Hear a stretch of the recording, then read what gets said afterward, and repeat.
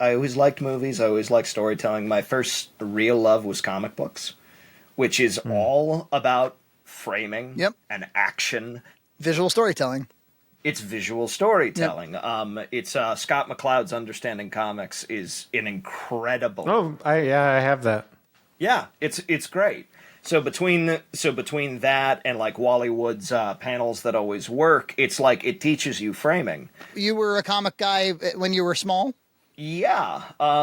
It was kind of a first love, where it was probably when I was about 9 or 10, because I was reading the trade paperbacks that were at the local library. I was probably about 9 or 10 when my dad came home with 3 comics. It was a Shazam number 11, which was from like the early 1970s. This was after DC bought him. A facsimile Action Comics number 1. So our first appearance of Superman, but it's blown up to huge proportions. And then there was I'm trying to remember, it's a DC Comics special. It's the Secret Origins of the Justice Society. So like Adolf Hitler's on the cover holding the Spear of Destiny, and it's all of these old wartime heroes running by. And it just captured my imagination. And your dad had a lot to do with that. Yeah, well, the thing is that my parents are not inherently creative people. My dad is written a lot over the years. Like my mom is, she's good with her hands. She was Navy, and she was a welder, and so it's like she fixes things. She's good at that, but neither of them are really creatives. But there was something about the interests that I kind of took to that they were like, we will not only tolerate this, but we will encourage this. Yeah. That's great. Yeah. So it's like the first comics I received were from Dad. And being in that space where I say, I want to go to Comic-Con, and I want to go to this convention, and Mom, can you help me make this costume for some superhero from the 40s? And she's like, yes, no, absolutely. Let's go to Joann's. let's go to the Joann Fabrics where they left their drummer. Which is closing, by the way. I'm going to take my mom over there and do a Junt's Cart. Yeah. It's a tragedy. Yeah. It's a tragedy. I mean, I'm very, very nostalgic for Joann, so I at least have to go say goodbye, I think. Well, and that's the thing, man, is that it's just like so much of the creativity that goes into that sort of thing. It's all of the mechanical points, because like I work with older technology, I work with all of these different things. There's no Radio Shack anymore. Right. Our local electronics supplier closed a couple of months ago because successful business, making good money. They couldn't find a buyer. Yeah. And the guy wanted to retire. He's just like, I don't know what to do. So it's like, and something like Joann's going under, it's just like all of the hobby stuff, all of the nuts and bolts, brick and mortar type. Long tails. Yeah. They're going away, and it's all of us crazy people who are like, we gotta stock up. Yeah. We gotta stock up before it goes away forever. I got that problem with blank Blu-rays, right? Yeah. Well, and you can't help it, because it's like my folks kind of razz me on occasion with some of this stuff where it's just like, you know, there are some people that the most upset people when the automobile was invented was the buggy whip salesman. Like, it's this idea of like, clearly this is going away and it's kind of useless, so like, why are you upset about? And I'm like, the next town over from me is Westfield. It's called Whip City because they produced whips. And everyone's like, why is it called Whip City? That's weird, isn't it? Is that racist? Yeah. But you're like, no, they just made the whips. They made the whips for the horses. They are complicit in the crimes against those horses. Yeah, it's useless until it's not. You know, a film is going through that, I think, right now, where it's like there was an exodus of the, you know, where Kodak, I think, well, they still produce, but only for specialty reasons. And there's actually in Massachusetts, the biggest development house. What are they called? Cinetech? I can't remember what they're called. But they're in Fall River, which is fascinating. So, like, I studied at Emerson in Boston, and they would bring all the film down the Fall River, and I was like, oh, shit, I might as well have just stayed at home. and we would shoot on 16 negative and they would dump to Digibeta or Betacam SP, and then you'd edit on that from there. But anyway, our curriculum, the film curriculum, the analog film curriculum never went away. And there's been lots of conversations over the years that are like, should we, could we, why are we? It's kind of expensive. It's expensive, and I think we've actually gone enough years of keeping it that it's like it now makes sense again to, because you sort of need, especially for like a film school or for anywhere that kind of like advertises itself on equipment or on technology. You need something you don't want to be a glorified place where people shoot on iPhones. You want to have something. You want to either have extended reality screens like on The Mandalorian, so that'd be like bleeding edge, or you want some other distinguishing thing. Like if an 18-year-old wants to run some 16 millimeter film through a camera, they can. And we still shoot on Bolexes, so they're from the 50s and they shoot on reversal. And it's a hell of a way to learn how to make a movie, man, because you gotta measure the focal distance, the light. You don't know what's going to come out if you develop that thing. There's no winging it. That's for sure. What it teaches is diligence and attention to detail, because it's sort of like you have to learn how to shoot using iron sights before you throw a scope on. It's like exactly. You have to being in a space where it's like, okay, here's how you do this manually. Here's how you do this manually, and you have to trust your instincts, and you have to know your instincts, and you have to be able to, at a split second, know, hey, this is how it's supposed to be. And being in that space where it's like, okay, you can now do all of this yourself, and here is the tool to do it more easily. It's like, and now you have a respect for that tool. Yeah, exactly. Now you understand that tool. Screenwriting is not dissimilar, where there's the whole thing of like, why don't you learn how to write a basic bitch script? Why don't you learn how to write a 3-act structure, and then you can deviate from the 3-act structure? You can take creative license from a starting place, right? Picasso put it as you have to understand the rules like a student in order to break them like a master. Yeah, precisely. You have to have a real, honest-to-God understanding of your equipment. And film is a very, very expensive way to do that, but it's damn effective. As it's rolling, dollar. Right. I designed it was, in school, it was called Film 2. That was when you shot on color negative. Film 1 was black and white reversal. It's incredible that those 1950s Bolex cameras still function.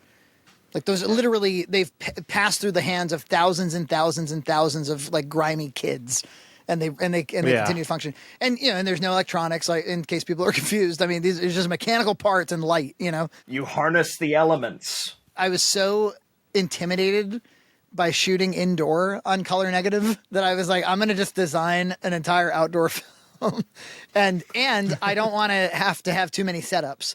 So I designed a movie that only had 3 setups. Like we would, it was basically a joke, and it was moving through Monday, Tuesday, Wednesday, Thursday, Friday, but it was like the same 3 setups, so you could just easily run through takes. Just trying to think of ways to keep it economic. I don't miss it. I would not like to shoot on film again, but I believe I have become a believer, and I believe pretty strongly. Shooting on film and projecting on film, removing those from cinema, I think has made movies less like movies. Now we have content. Yeah. It builds a respect. It's like that's the thing. It's not because they kind of talk about this idea. Side note, military life made me a better filmmaker, and being a filmmaker made me a better military man. Explain. Well, so the thing is that when I left service, I was a staff sergeant, so I was in charge of people. It wasn't, in the early career, I was the subject matter expert and I made calls, but technically speaking, I had to look after myself and my team. But as a sergeant, you're given actual troops. It's like, these people report to you, and it's not that you are saying, hey, this needs to be done here because it's your job, and it's more like a baton handoff. It's you are handing the order down. Mm-hmm. And being in that position where it's like, I need to give clear instructions, I need to do as best as I can to explain exactly what I want, because, and it's not their fault, when you're talking to an 18-year-old and a 19-year-old, even when you're in your early 20s, you're like, this guy's an idiot. It's true. And it's not his fault. And it's not his fault. It is never his fault. It's just that you don't quite get it yet. And that's fine.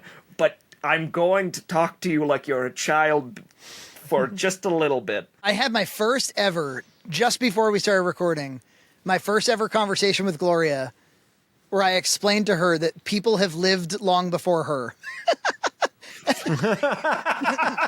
I've never had to go there with her before. But it was like, she was trying to, she really likes the song Africa by Toto. It's gonna take a lot to take me away from you. And she wants to like bellow it. And she sounds okay. But she was singing from the throat. And I was like, hey, you ought to sing from your belly. And I was showing her how to do that. Yeah. And she was like, well, I like singing from my throat. I think it sounds better. And I was like, that's nice. There's a proper way to do it. And she started to get a little bit teary-eyed. And she was like, I want to do it my way. And I was like, yeah, I know you do. But what you're saying is like, I want to invent the wheel. Like, there's all these wheels around. I wanted to have invented the wheel. She hasn't been quite old enough to have that, like, hey kid, like there's experience and it matters. And like, let's see why people have established standards and frameworks. Just let's at least learn them a little bit, you know? Glow, it's been wonderful watching you grow up via video. It's like, I feel like I'm a part of your life, so allow me to speak into it. That opinion has ruined so many karaoke parties with that song.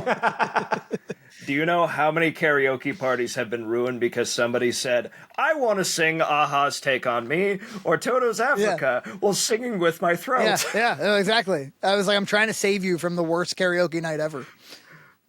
So I'm sorry, the idiotic 18-year-olds. Well, so that's the thing. It's like, again, it isn't their fault, but you have to be specific. Yeah, their brains aren't developed yet. Brains aren't developed, and they don't have a point of reference. So, like, that's, you know, when I'm dumb, it's normally because I don't have a point of reference. It's because I'm trying to fill some gap that somebody already filled. And, you know, it's the John Mulaney bit. Like, you know, I'm a 22-year-old telling the 19-year-old that he's an idiot. It's John Mulaney talks about the idea of having like a slightly older kid babysit your kids. It's like dogs babysitting a horse. or the reverse. You have a horse babysit the dogs, where it's like, oh yeah, so put them in bed by 8 and make sure to give them their favorite snacks, and you're a horse. Yeah, exactly. So you have to be specific, and you have to communicate well, and you have to check in, and you have to be like, okay, how's this going? How's this going? And when you ball somebody out, when they fuck up, you can, and it's been done in the past, you just unload on them. You bust out, like, for all the veterans in the crowd, it's like you bust out the knife hand, and you're like, and it's like well, and that's the thing. It's like, it's not even, you don't even touch them. It's just a way of gesturing. You just you were supposed to do this. And hi, Roy, how are you doing? He's getting in the frame. But it's like, what I learned was, it's far better to take somebody aside, take them off to the room, and everyone knows what's happening, and you essentially be like, bud, do you know how badly you fucked this up? And they're like, yes. And I'm like, I don't think you do. So we're going to go over this. And it's like being able to ball somebody out in private and do so calmly. Yeah. And be able to say, hey, this was a really bad decision you made. And if it happens again, it's going to be a really big problem. But you made a mistake. Let's not make this a legitimate error. Yeah. Because making mistakes is fine. You make a mistake once, it's ignorance, and we give you grace for that. But if it happens again, your ass is mine. They say you only have to be stupid once, you know, or that's the idea anyway. And so that's the thing. It's like being in that space where it's like you're managing a team and you're wrangling all this stuff, and it is life or death. And you're on a film set, and you're like, I should communicate clearly to my crew members exactly what I want. I should be able to tell them very distinctly what is going on. I should be checking with everyone on the team to make sure that this is going well, and this is going well, and this is going well. Trust but verify. Yeah. Let's always make sure that every single part's going well. You know, I haven't checked on the sound guy in like 2 takes. How's the sound going? How is that side of things? My actors, how are you feeling about this? But then the other side, how film affects military life. Civilians aren't enlisted, and there are times where you can say something in a space that is made up of a bunch of doggone teenagers that are trained to kill people. Irreverent. That you can't quite say in a room of a bunch of Maryland liberal actors. Yeah. And there are ways to deal with people, and there are ways that you're kind of trying to direct people, and it requires this saying thank you consistently, constantly, saying thank you for doing that. I really appreciate what you're doing here. Learning to give kudos where kudos counts. Hey, that was a great performance doing that. That was a great shot. Hey, I saw you doing that, and that's very good, because these are the things that keep people motivated on a film set. Because if you start thinking that you are Hitchcock or Kubrick on a freaking indie set, everyone's gonna fucking leave. Yeah. You need loyalty. You need people coming back to the set next day. Well, you know, I actually think you can take it even further than that, like in that same exact direction, where I think so. You know, in the business world, they say like projects fail when like leadership is not engaged, and so engaged could mean recognizing good work. That's extremely important. It's important in parenting to recognize good behavior. It also could mean being opinionated and clear when things need correction. And I think that if, you know, at least if you have the right touch and you're sure to recognize people, criticism actually can be a motivator. It actually can be like, oh, like I actually am on the same team as the leader. And you know, the leader's engaged and opinionated. I'll tell you, there's nothing more demotivating for somebody than like a leader who's unopinionated. I was talking to somebody recently, and we were talking about the importance of, like, if you're a manager, having one-on-ones regularly, like just making sure you're getting that 30 minutes in every week, you know, to talk about whatever's on an agenda. And they were saying like, well, my boss does that, but I'm the one who builds the agenda, and then I'm just kind of rattling off things I'm working on, and they go, oh, good. Yeah, I trust you. Goodbye. And that's kind of, you know, and we have a good relationship, and they're not, you know, it's not scary. I'm not having a scary meeting where I'm getting, you know, dressed down. But actually, you know, that goes on for half a year, goes on for a year. You're like, my boss doesn't care what I do. And that's actually, I think, truly worse, you know. And you become a rudderless ship. It's like there's a Master and Commander, Far End of the World, great movie, incredible flick. There's this moment where it's like one of the crew disrespected another officer, and like this officer's taking a lot of guff. He's not popular at all. And one of the guys openly disrespects him, and this young officer doesn't have quite enough gumption to, like, call out anything, and the captain sees it, played by Russell Crowe, and he brings the guy up, they haul him off in irons for corporal punishment. And sort of the only other guy on the ship is the doctor, who's willing to talk to him, and it's just like, you can't do this.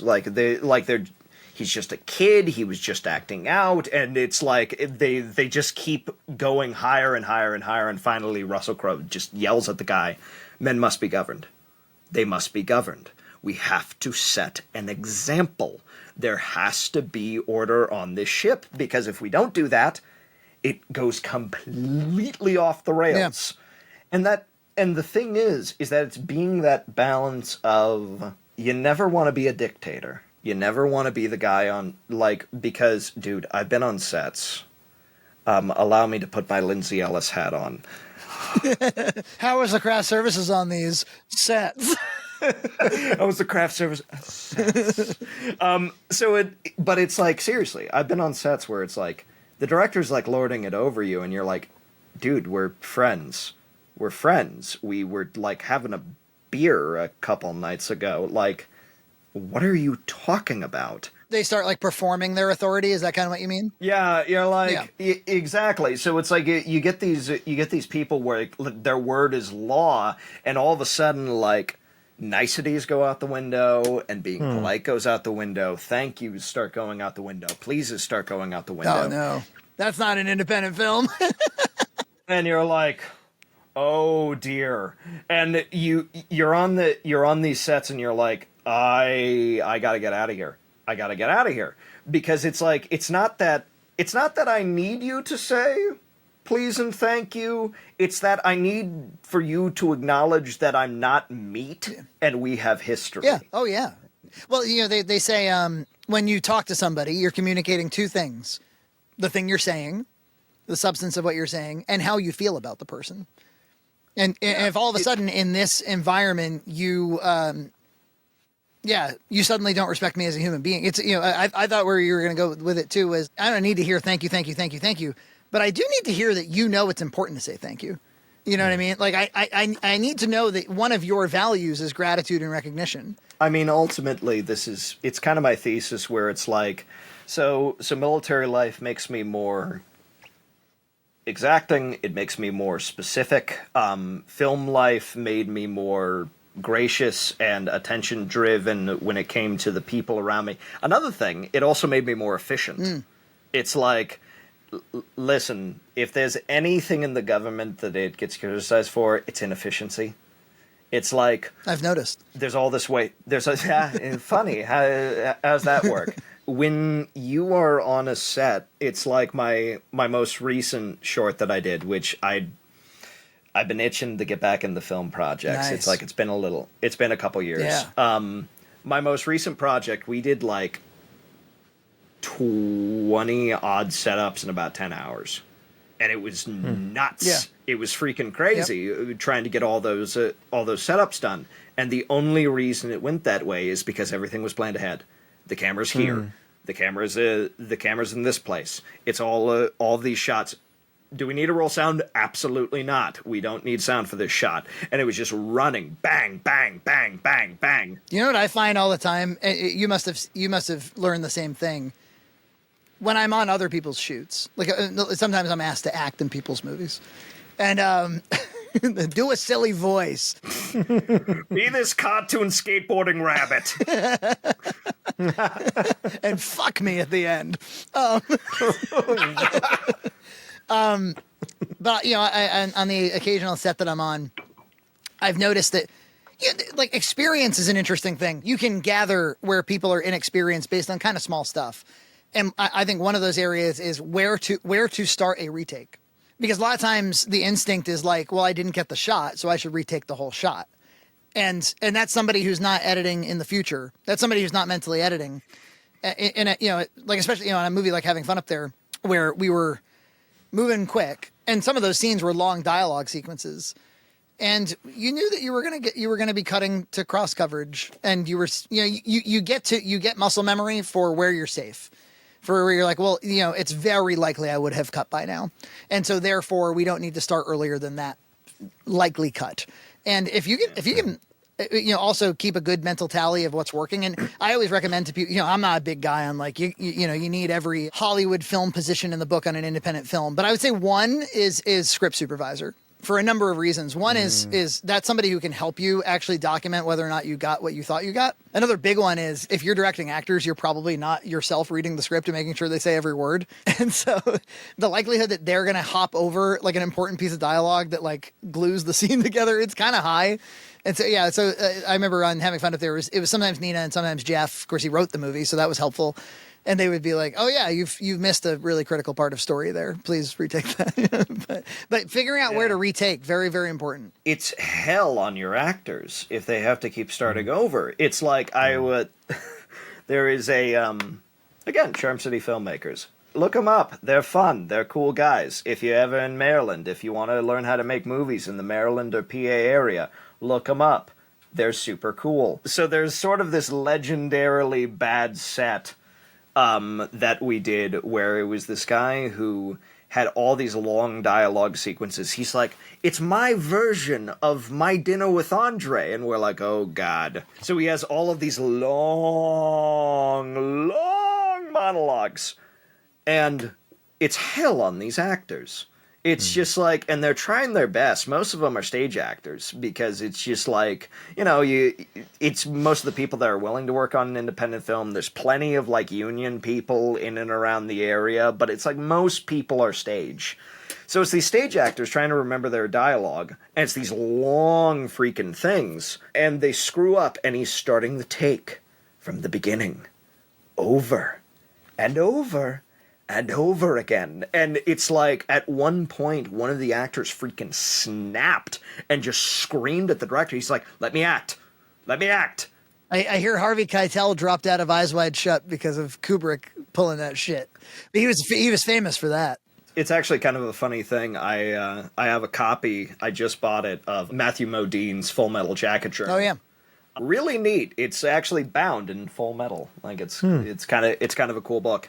But he says, like, in his conversation with Kubrick, is that he's like, the reason I do so many takes is because actors don't know their lines. And they don't know their lines, and they screw up a line, so we have to do another take. And if actors would know their lines, we wouldn't have to do so many takes. Well, and Kubrick's not a hack like me, so he's not like, we probably got it earlier. That sounds like words that mean the same thing. Okay, let's move on. I'm pretty flexible about the whole thing, to be honest. I'm just trying to get through my day. And that's the thing. It's like there's stories of them. They're shooting one scene for 3 weeks, and Modine, it's been day 17, shooting at the wall. Help. Kubrick aside, a true artist. But the inexperienced directors, all they are accomplishing is they're getting the same thing over and over again, and they're going to be fine. And so they're not able to cut into the rest of the scene and make sure that because you want to make sure that you spent a balanced amount of time on every part of your scene, because in theory every beat in your scene matters to the story. Even I do like corporate work and you work with a lot of people who are not performers, doing like talking head stuff. So you're like, their instinct is always to start from the beginning too. And you're just like, but you have to be editing in your head. You'll be like, oh, well, actually you can take it from here because there'll be an overlay graphic doing like a chart here. So let's take it from there. And it's like, okay, we got that segment. Now I can probably like push into another angle here. Yeah. So it's like, even in corporate work, you're thinking like that as well. And in the people who are performing it, who are not performers, they have the instinct to like, oh, let me start from the beginning. Yeah, exactly. They're focused on that. There's a great story about Brian De Palma that I love this, and I repeat it often because it's one of those things that I'm like, I want to tell you in the most polite way possible why this isn't quite working. De Palma shot his movie Sisters, which was like sort of a send up to Alfred Hitchcock, which is everything that Brian De Palma ever shot, because my God, he won't stop. He had Bernard Herrmann, who did a ton of Hitchcock movies, on to do the music. Herrmann watches his first cut and he's like, Brian, there's nothing happening in this movie for the first 45 minutes. Brian, there's nothing happening. What is... And De Palma's like, it's slow burn. It's like Hitchcock, right? It's like Hitchcock. And he's obviously like appealing to Bernard Herrmann, who worked with Hitchcock. And Herrmann is like, Brian, for Hitchcock, they will wait. You ain't Hitchcock. It's like... Well, and that's the thing. It's like, for Kubrick, they will do another take. Yeah. For Hitchcock, they will wait. For Spielberg, they'll put themselves in danger. It's like, the fact of the matter is that we're on an independent set. Yeah. And saying, thank you, saying, are you comfortable, saying, hey, let's take it from here instead of there, saying, yeah, you got most of it, the dialogue wasn't exactly as written, but it felt more comfortable in your mouth to say it that way. It all goes a long way. Because ultimately, these people are here because they like your project. And as soon as you start making that project uncomfortable, I'm not saying they're going to jump ship, but what I'm saying is that they'll probably be a heck of a lot more hesitant to work with you. Yeah, do you want to sour this experience, Because the experience is a lot of it. You've heard me say, I think often independent filmmakers, they perform making a movie too much. They're too worried about what they look like while they're making the movie. So I'm not talking about that, but yeah, when I think of having fun up there, I the movie is like 20% of what I'm thinking about. I'm mostly thinking about where we were and who we were and how we felt and what we looked like and that point in time. I mean, that's like just like experience collection. So I heard, if you're cool with talking about it, that you have gotten into like started to move into electronic repair. Yeah, that's one of those things that it's like I've started to kind of move in that direction. In high school, I worked at one of the last real arcades we had in town. We had a arcade called Pepe's Pizza that opened in the early 90s, and it never changed for as long as it was open. They had a slight name change. They were originally called Gigglebees, and then they switched to Pepe's Pizza. I like both of those. Gigglebees. They had a robotic dinosaur on a tricycle that delivered the pizzas. And it would drive around this track. Sounds amazing.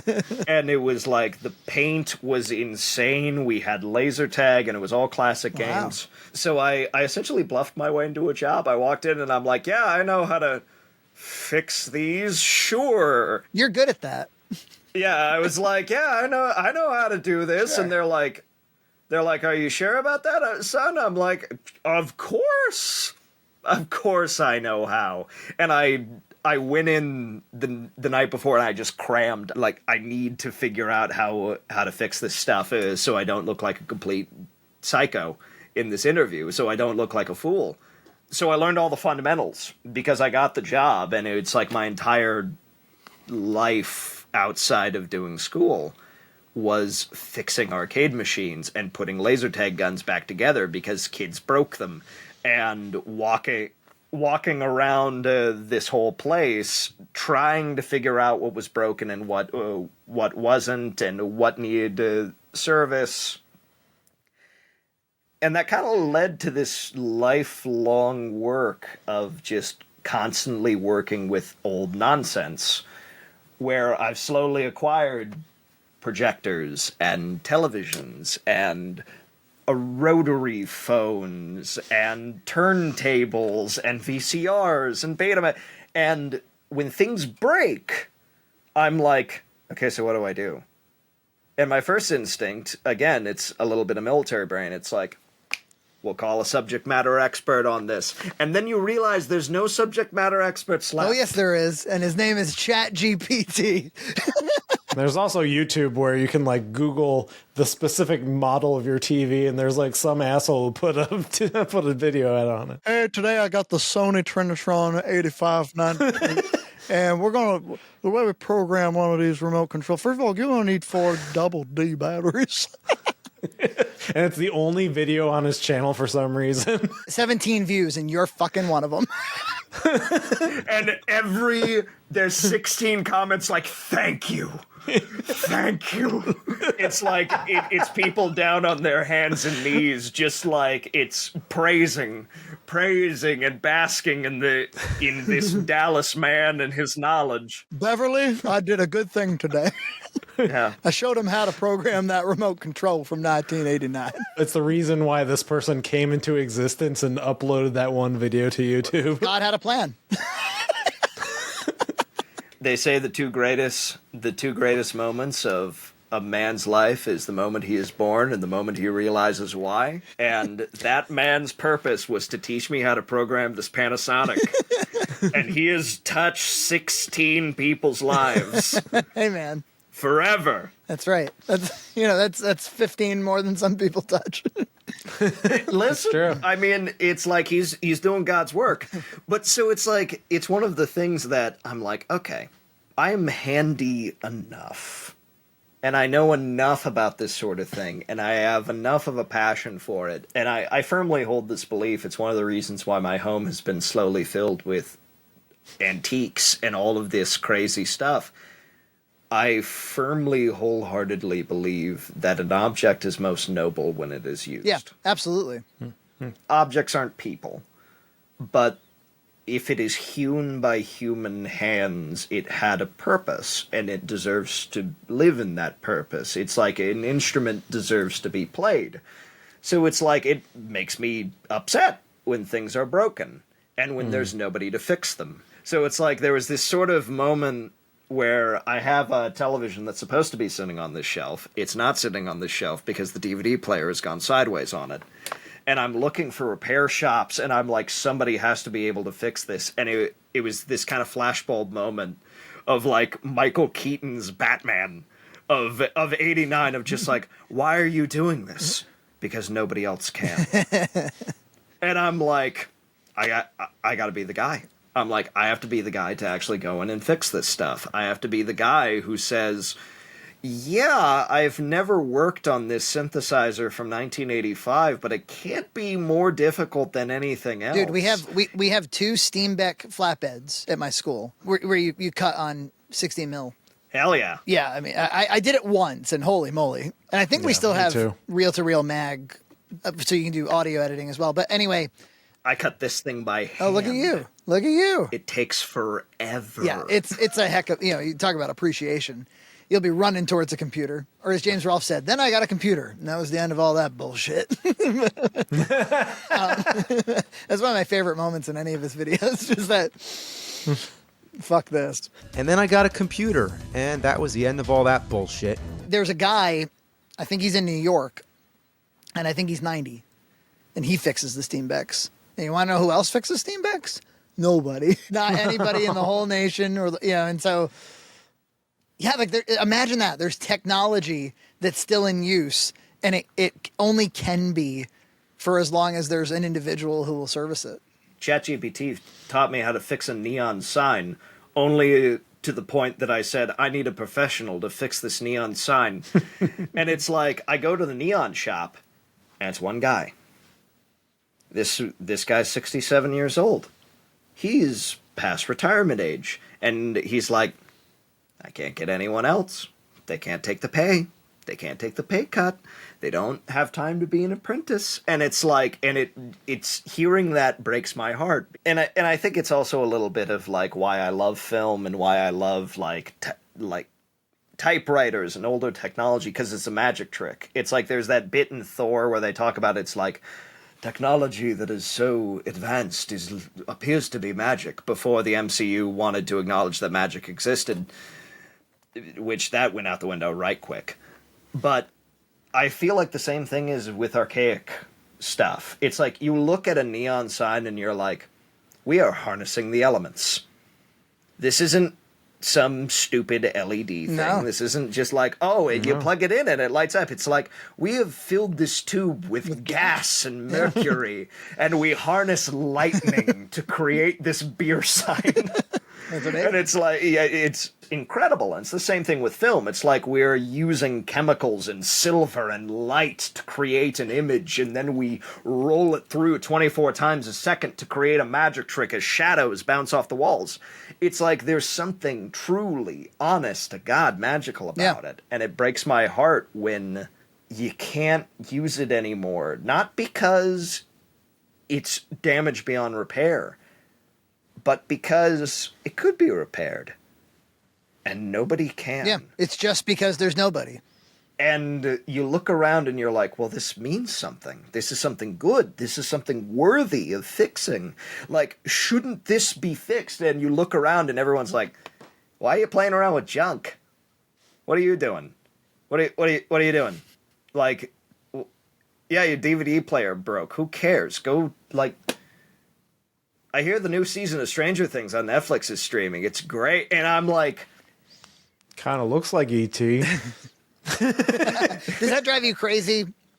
The way that, like, electronic goods, the way that they're serviced is to throw them out and buy a new one? It drives me nuts. So much of my training in it was fixing arcade games. Everything is big and chunky. Big and chunky. Like, hey, the capacitors have gone out in this monitor. Go in and replace the capacitors. They're about this big, and you can look at them and see them and service them perfectly. And you know what they do. And you know exactly what they do. It was one of the reasons why it's like I joke sometimes that modern computers might as well be run by magic gnomes. Because when something breaks in my computer software-wise, I can normally kind of fix it. Because it's like that was a part of my job. Hardware-wise, what do? Something broke, and they're like, replace the motherboard. I'm like, the whole thing? Like, I'm like, I have to throw the whole board out, and they're like, yeah. while you're at it, throw out the whole computer. What if that one thing fail? What if Yeah. this little piece? And they're like, no, you gotta trash the whole thing out. You bring it to the dumpster and then you order something from China and it'll be Yeah, fine. it just drives me insane. Do you love watching EJ tinker inside of electronics? It's so much fun. I'm already doing another project. I found another TV. I was wondering, EJ, I was watching, when we had Mark on the show, Smash Brothers Gaming. He only makes TikTok, Instagram 1 minute. He's like, so today I decided that I wanted to put some wooden slime all over my, whatever. He'll build some kind of Nickelodeon shrine or something. And they're always really cool projects, and there's always a little bit of carpentry involved, and it's just like a really exciting 1 minute of video. I don't know if you guys watch him on the reg, but I do. It always pops up in my feed. He's such a cool guy. And he's always buying old arcades and stuff somehow. I don't know where the hell he's getting these arcades, but he's always sourcing new arcades. It's marketplace, baby. Yeah. It's marketplace. Yeah, marketplace. Yeah. Because EJ mentioned recently, he was like, I was doing a lot of these experiments, and I don't know how valuable it is to make a lot of those. And I was thinking, like, if EJ had smaller projects that were like you could cut down to 1 minute, and he just dedicated a whole Instagram account just to that, you might get Smash Brothers Gaming traffic on a thing like that.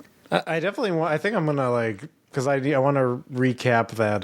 Recap meaning replace the electrolytic capacitors on a TV. So Yeah. I want to do that on stream, like just stream it and like hang out with That sounds people cool. and just replace some capacitors. I think it would be fun. Subscribe to Red Cow Entertainment on Patreon for full episodes every other week.